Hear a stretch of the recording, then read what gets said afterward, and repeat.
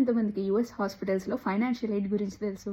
ఇది మీ hospital బిల్ని zero చేసేసే chances కూడా ఉన్నాయి. అందరికీ తెలిసిందే యూఎస్ఏలో హాస్పిటల్ బిల్స్ అసలు మామూలుగా ఉండవు. నేను కూడా చాలాసార్లు ఏమైనా ఇష్యూస్ వచ్చినా కానీ హాస్పిటల్ బిల్ ఎంత అవుతుందో అన్న భయంతో ఏమి హాస్పిటల్స్కి వెళ్లకుండా ఉన్న రోజులు కూడా ఉన్నాయి. నాకు ఈ మధ్యనే ఈ ఫైనాన్షియల్ ఎయిడ్ గురించి అయితే తెలిసింది.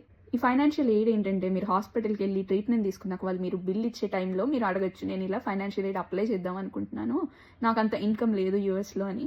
సో వాళ్ళు మీ బ్యాంక్ స్టేట్మెంట్ చెక్ చేయొచ్చు అండ్ మీ స్టూడెంట్ ఇన్సూరెన్స్ గురించి అడగచ్చు అండ్ మీ I-20 తీసుకుంటారు.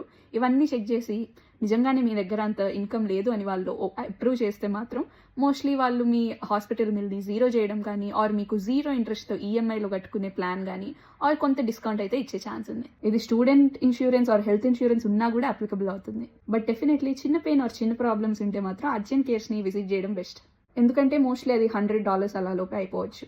బట్ మీరు కొంచెం హై పెయిన్ ఆర్ ఈఆర్కి ఇమీడియట్లీ వెళ్ళాలనుకుంటే మాత్రం ఈ ఫైనాన్షియల్ ఎయిడ్ గురించి అయితే మైండ్లో పెట్టుకోండి. బిల్ గురించి అంత వరీ అవ్వక్కర్లేదు. బట్ ప్లీజ్ ఈ హెల్త్ ఇష్యూస్ని మాత్రం మీరు నెగ్లెక్ట్ చేయకండి. హాస్పిటల్ బిల్స్ని మైండ్లో పెట్టుకొని మీరు ఎప్పుడన్నా ఇలా ఆల్రెడీ ఈ ఫైనాన్షియల్ ఎయిడ్ గురించి తెలుసున్నా ఆర్ దాన్ని మీరు యూజ్ చేసుకున్నా కానీ కింద కామెంట్ చేసేయండి మీ స్టోరీ ఏంటో, చాలా మందికి యూస్ అవుతుంది.